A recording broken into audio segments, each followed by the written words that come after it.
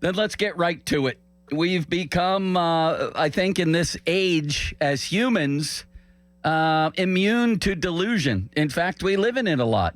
I actually would say that we enjoy it, living in delusion. So let's go ahead. Let's indulge, shall we? Let's indulge with the Pittsburgh Penguins and pretend that they weren't built to make the playoffs this year. It's unbelievable in this town, and there's a heavily, I won't say biased, but a lot of fans in the Pittsburgh media of the Penguins, like that's their team. And I think a lot of what gets put out there to the public leans in favor of the Penguins. I do, quite frankly. And I can't help but notice how we as a sports town treat the Steelers compared to the Penguins. When the Steelers lose, and sometimes even when they win, we rip them. And I'm first in line. I think the Steelers are chronically underachieving and rather delusional themselves. But at least they make the playoffs. The Penguins, you might not know this by now because it's just a little headline here or there, maybe a sidebar, maybe a mention. They got eliminated from the playoffs last night. So are we all going to pretend they weren't built to make the playoffs?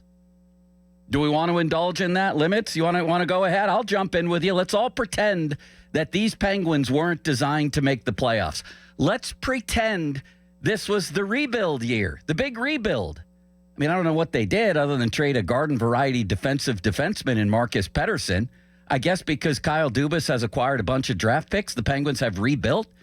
Dubas is the one leading the delusion by putting it out there at the trade deadline. Yeah, the rebuild, he didn't use that word. That part's over. Now we move to execution, the execution part. Did I miss something? I must have missed the rebuild around here. So now we're going to pretend that this year's Penguins, this was all a rebuild. They weren't designed to make the playoffs, right? Is that where we want to go here? We're going to pretend that Mike Sullivan didn't do a terrible job with this team? Do we want to go there too? Because we shred Mike Tomlin at every turn. At every turn. So do all of us want to sit here today and pretend that Mike Sullivan didn't do a horrible job with the Penguins this year? I mean, I'll go there, I guess, if you want. Do you want to go there, Limits? Because they're designed to be a defensive team. All the guy ever talks about is being hard to play against and making good puck management decisions. And they were horse bleep in both of those, and that's all they do is give up odd man breaks the whole year. And that has nothing to do with talent, I might add. Playing smart defensive hockey and preventing goals has nothing to do necessarily with talent. They go ahead and blame the goaltending? Okay.